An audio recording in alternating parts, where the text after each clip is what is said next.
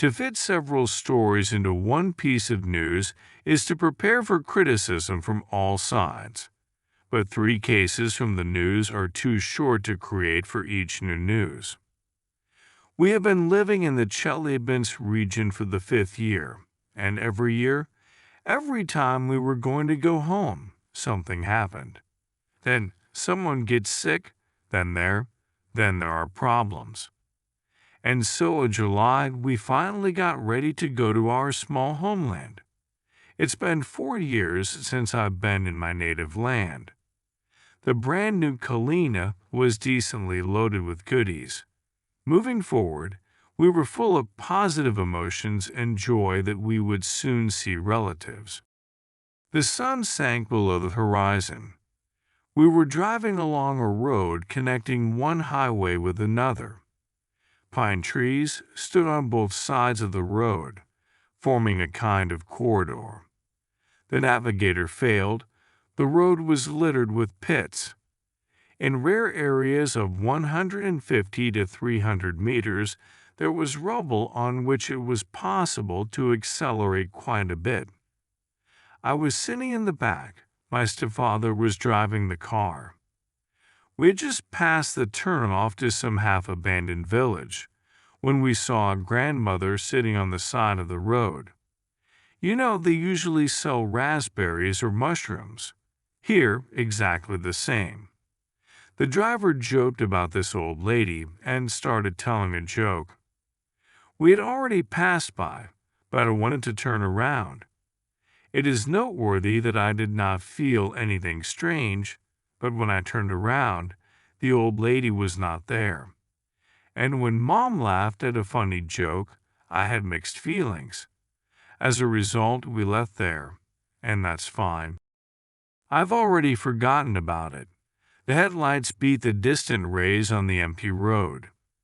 Midnight has long since turned into the dead of night. I didn't sleep. I was talking to my stepfather so that he wouldn't fall asleep. We went to the highway, the same highway, only narrower and without asphalt pavement. The road often looped.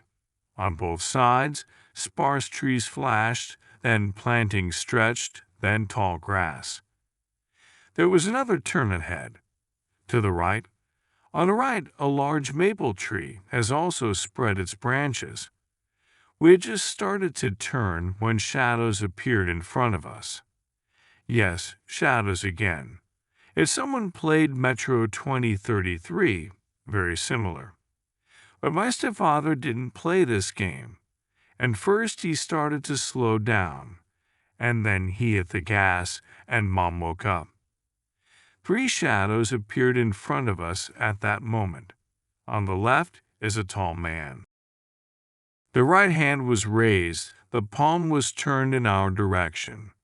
In the left hand is the hand of a woman who stood like a coward, a dunce, or whoever, from the Moonshiners.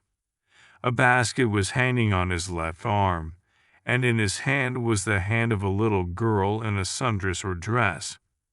They weren't silhouetted in the air, but they weren't lying on the road either. Something in between, as if at an angle, slightly stretched. It cheered up my stepfather and me well. We were driving with our eyes wide open, and the first phrases were like, "Did you see?" "Yes." "Holy shit." And in the spirit, it was like a snapshot. Blinked, nothing. The second time I blinked, they appeared, and after the third they disappeared. But at that moment, time seemed to stand still. And then other stories came to mind, and those that I have already written on the site. Staying in a small town, we started watching the recording from the DVR, but nothing was visible on it. The third case was recorded by the registrar. If you didn't fix anything in the first and second, then you can see the third case here. It is better to watch without sound. There is a lot of obscene language on the video. Although at that moment the registrar did not record anything unusual, My mother said that she saw a man dressed in camouflage-colored clothes crossing the road. This man looked like my late father. This accident happened on July 9, exactly 4 months after another accident that my mom got into.